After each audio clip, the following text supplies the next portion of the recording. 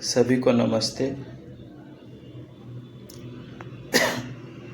यह केंद्रीय हिंदी निदेशालय द्वारा प्रकाशित देवनागरी लिपि एवं हिंदी वर्तनी का मानकीकरण यानी हिंदी वर्णमाला के बारे में उसको ये देखो, केंद्रीय हिंदी निदेशालय उच्च स्तर शिक्षा विभाग, शिक्षा मंत्रालय, भारत सरकार द्वारा जारी यह जो किताब है मानकीकरण रूप है देवनागरी लिपि एवं हिंदी वर्तनी का मानकीकरण। इसका जो प्रकाशन वर्ष है यह संशोधित संस्करण है 2024 का। इसके अनुसार हिंदी की जो वर्णमाला है उसमें कुछ परिवर्तन हो गया। हिंदी वर्णमाला का मानक रूप जो है उसमें कुछ सुधार हुआ, तो उस रूप को आज की वीडियो में हम समझेंगे। इस वीडियो के माध्यम से उसको समझने की कोशिश करेंगे। देखो, हिंदी में जो है इसको विभाजित किया जाता है मानक हिंदी वर्णमाला को स्वर और व्यंजन में। ऐसे विभाजित करेंगे तो स्वर की जो संख्या है हिंदी में कुल 11 स्वर है। अब मैंने जो ये मानक हिंदी वर्णमाला बनाई है तो स्वर और उसका जो मात्रा चिन्ह है यानी वो किस रूप से लिखा जाता है या लिखने में उस स्वर का जो लिखित रूप है वह क्या है, वह दोनों को एक साथ मिलाकर आपके सामने रखा है। कुल स्वर 11 है हिंदी में। तो यह जो 11 स्वर है वे इस प्रकार है।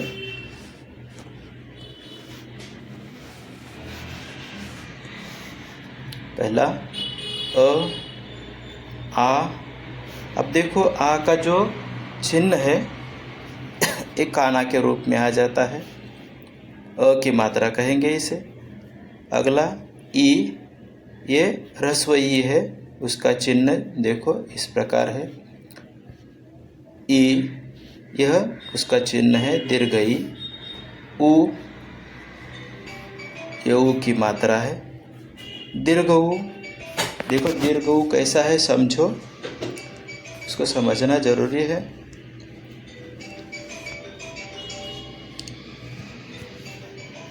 यह दीर्घ उ है, उसका मात्रा चिन्ह यह है। अगला स्वर रु,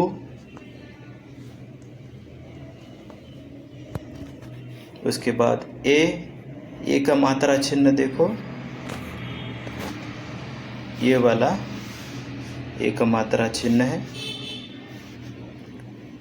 ए, ये दोहरा मात्रा चिन्ह। ओ, ये उसका मात्रा चिन्ह।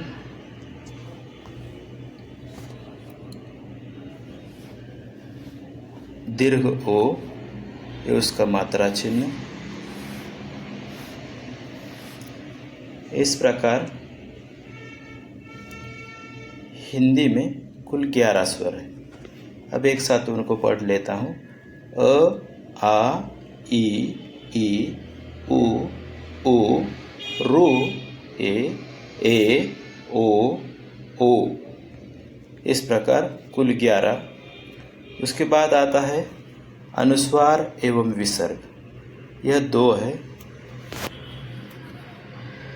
पहला वाला अम, दूसरा आह।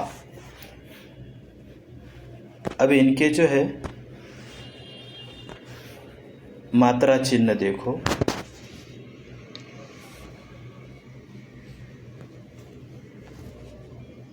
यह अम का मात्रा चिन्ह है, अक्षर के ऊपर बिंदु आ जाता है। और आहा, यह विसर्ग चिन्ह, यह जो है अक्षर के आगे आ जाता है।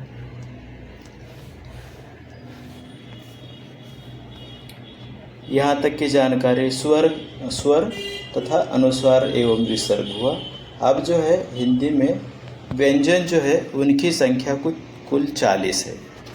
लेकिन ये जो 40 है तो इसमें मूल व्यंजन जो है वह 33 है।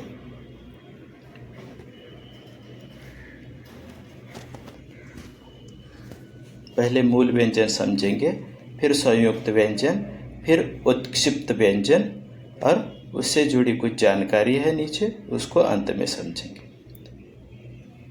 व्यंजन कुल संख्या 40, मूल व्यंजन उसमें से वे हैं 33।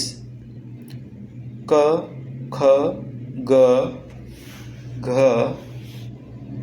ण, च, छ, ज, झ, ण, ट, ठ, ड, ढ, न, त, थ, द, ध, ण, प, फ, ब, भ, म, य, र, ल, व, श, श, स, ह।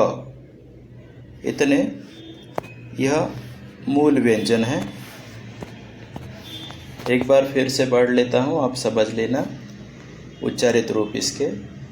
क, ख, ग, घ, ङ, छ, छ, ज, झ, ण, ट, ठ, ड, ढ, न, त, थ, द, ध, न, प, फ, ब, भ, म, य, र, ल, व, श, श, स, ह। अब जो है आगे मूल व्यंजन जो है 33 हो गए। अब संयुक्त व्यंजन, संयुक्त व्यंजन की संख्या जो है कुल 4 है। संयुक्त व्यंजन है क्ष, त्र, ज्ञ, श्र। अब यह जो बने कैसे है यह आपको यहाँ पता चलेगा। क ध्वनि का श के साथ मिलान हुआ तो यह क्ष बन गया। त वर्ण के साथ र का मिलान हुआ तो त्र बन गया। ज के साथ ण का मिलान हुआ तो ज्ञ बन गया। श के साथ र का मिलान हुआ तो श्र बन गया। यानी इस प्रकार मानक हिंदी वर्णमाला में 33 मूल व्यंजन, साथ में 4 संयुक्त व्यंजन, 33 और 4 37 हो गए। आप संयुक्त व्यंजन समझ गए होंगे। अब जो है हिंदी में 2 उत्क्षिप्त व्यंजन है, इनको सम्मिलित किया गया है हिंदी में इस नियमावली के अनुरूप। कई बार दूसरे भाषाओं से जो शब्द हिंदी में आ जाते हैं, हिंदी में सम्मिलित हो जाते हैं, तो उनको स्पष्ट करने के लिए, उनका रूप स्पष्ट करने के लिए इन चिन्हों को सम्मिलित किया गया है। जैसे देखो उत्क्षिप्त व्यंजन है ड़, ढ, ये दोनों के नीचे ये जो बिंदु है इनके ये मात्रा चिन्ह है। हिंदी में ये उत्क्षिप्त व्यंजन जो है उच्चारित रूप में जैसे आते हैं तो उनका यह लिखित रूप है।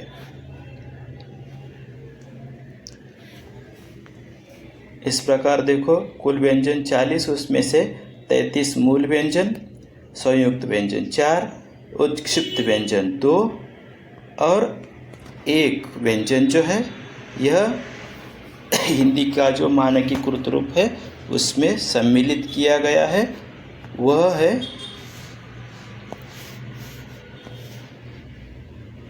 ळ। ये इससे पहले हिंदी में नहीं, इसका इस्तेमाल नहीं होता था, लेकिन अब यह हिंदी में सम्मिलित कर लिया गया है वर्ण। देखो उसके बारे में आगे जानकारी भी है। देवनागरी लिपि हरियाणवी, मारवाड़ी, गढ़वाली, कुमाऊनी, मराठी तथा तमिल, तेलुगु, मलयालम, कन्नड़ और उड़िया में इसका प्रयोग होता है। अब यह जो है इसका हिंदी में कहाँ पर इस्तेमाल होगा, तो व्यक्तिवाचक संज्ञाओं, व्यक्ति, स्थान, भू आकृतियों के नामों में प्रयोग होगा। जैसे मुंबई परिवेश में मराठी में एक स्थान है उसे परळ कहते हैं, और उसका पहले आज मतलब अभी भी बोलने में उच्चारित रूप इसका परल था। अंग्रेजी में परेल, हिंदी में परल, मराठीमध्ये परळ। अब जो है परल हिंदी वाला और मराठी वाला परल, इसमें कुछ भिन्नता हो रही है। तो समानता लाने की दृष्टि से यह जो ळ व्यंजन है जो इतनी सारी भाषाओं में इस्तेमाल होता है, तो इसको हिंदी ने अपना लिया है।